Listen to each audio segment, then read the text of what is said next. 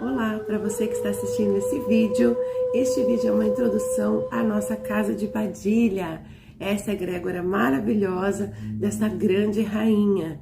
Eu sou Maria de Oxum e a primeira regra desta casa é o Ubuntu. Somos o que somos porque todos somos nós e todos somos filhos de Maria Padilha. Sejam muito bem-vindos!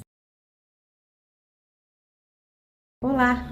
Hoje viemos falar de mais uma das linhagens de capa preta. Como nós já sabemos, capa preta tem uma linhagem muito grande de trabalho ali dentro do kardecismo. São médicos que vêm na vibração deste grande Exu.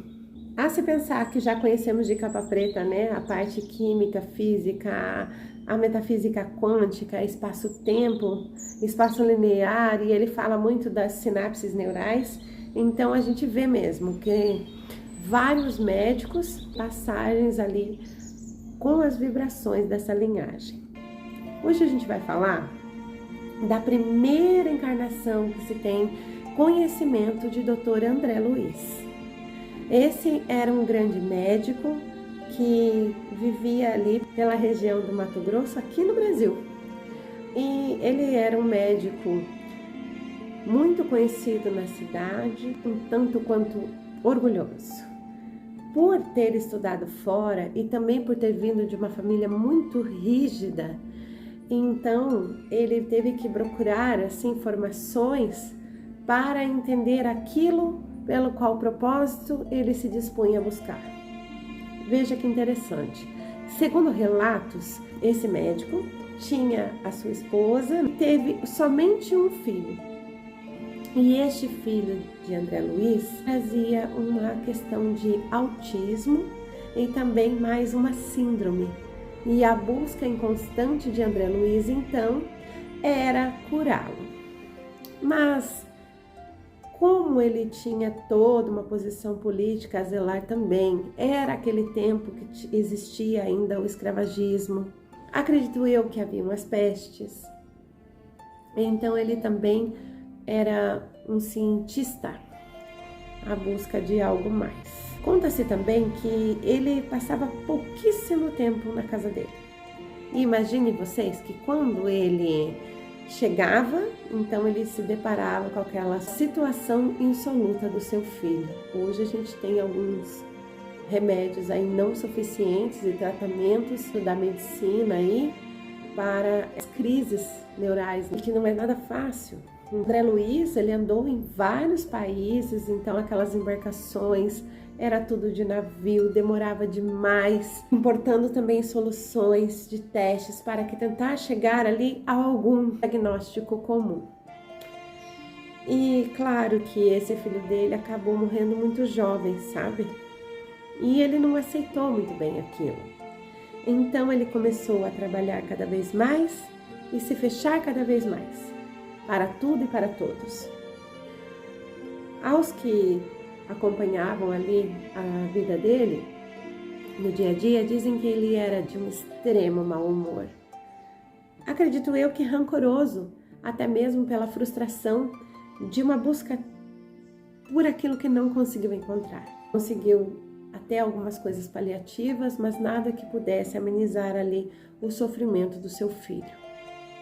A mulher dele também acabou ficando abandonada, doente, não tem esse relato da morte, mas se prevê que através dela ficar tão sozinha, ela morreu acamada, cuidada das escravas que atendiam a sua casa. Então ele morre, assim com mais ou menos 65 anos, e vai para o umbral. Chegando lá, vocês imaginem que ele era completamente assim, ascético a qualquer coisa, a qualquer crença, então apegado às coisas materiais e à ciência, à sua lei, e tudo aquilo que ele acreditava sozinho ser a razão do mundo. Ele era a própria razão do mundo. Então, ele não imaginava assim ter que passar por um processo ali, né, de evolução.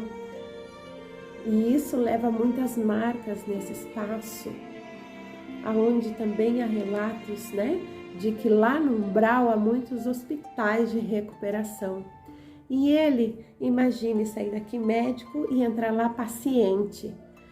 E até conseguir o desprendimento da matéria, da opinião, da amargura, do rancor, para conseguir então, através daqueles ungüentos que tem lá, que muitas pessoas, através de desdobramentos, conseguiram visualizar o trabalho desses hospitais. E então, depois de muito trabalho, muito tratar-se essas feridas que são internas que levamos daqui como marcas, né? Chegamos lá com marcas enormes, como se fossem feridas de queimadura, e depois de todo um processo ele conseguiu essa evolução a fim de que passou a resgatar as pessoas trabalhando juntamente com o Dr. Daniel. E então ele principalmente atendia essas pessoas condenadas, porque através dessa loucura da busca dele, por mais que com o objetivo assim de salvar o próprio filho, né, ele acabou se condenando-se assim à solidão. Ele nunca pensou em precisar de alguém. Então imagina como é difícil o processo de você ajudar o próximo. E então, passando muito tempo pelos hospitais do Umbral e por muitos resgates que eles fazem para aquelas almas que já não têm evolução e não procuram. Então, se vocês assistirem o Viva a Vida é uma Festa, vocês vão ver que tem o Espaço dos Esquecidos. E é mais ou menos isso. É um desenho que, se não me engano, é da Pixar, né?